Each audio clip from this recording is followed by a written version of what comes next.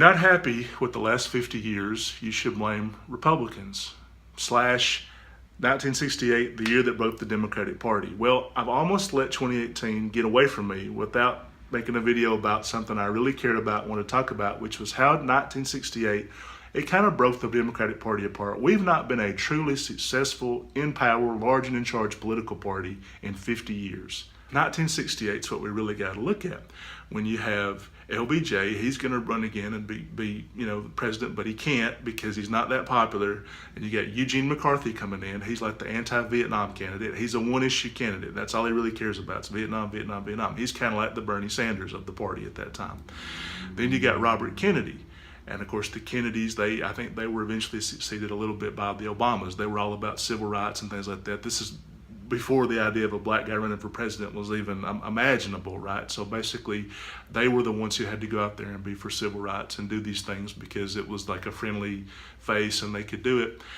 Then you had the Hubert Humphreys, who was like the establishment. He would have been like the Hillary Clinton of his day. Like Johnson couldn't run again or wouldn't have been reelected. So he's like, I'll put my VP up there as a straw man or whatever.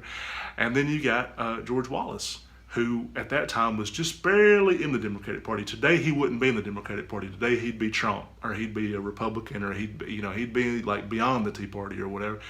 But because again, like George Wallace, he was economically liberal. Like he believed in a lot of these government programs and things like that and helping out poor people. And he wouldn't even, I don't know that would fit in today's Republican Party, right?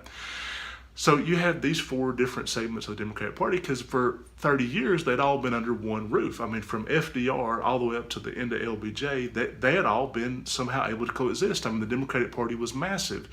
You could have JFK and George Wallace and Martin Luther King Jr.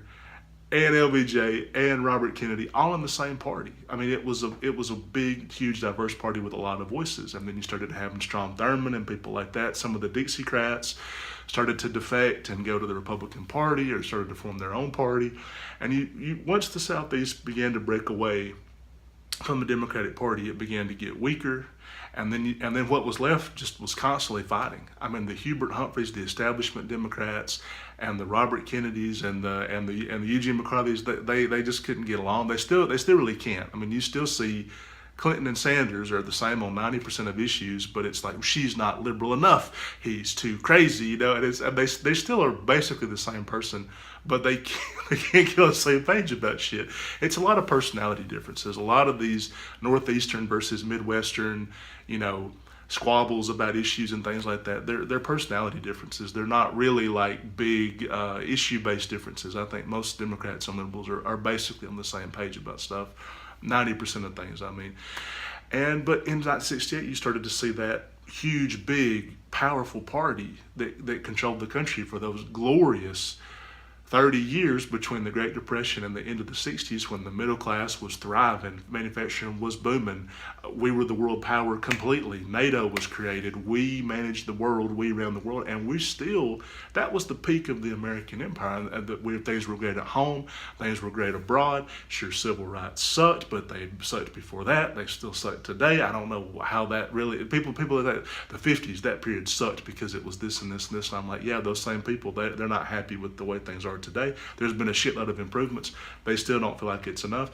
You're always going to have human nature. Human nature is always going to play a part in that. You're always going to have greedy people or people that are not for certain things.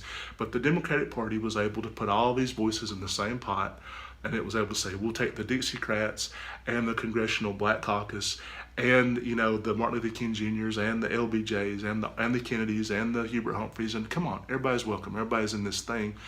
And we need to build a party similar to that today, where you can have a lot of these people who will vote how you want to on economic issues, because that was the big glue that binded everybody. Everybody agreed that the middle class was getting squeezed in the Great Depression and the Hoover Age. We got to do something about it. We need to do the same thing today.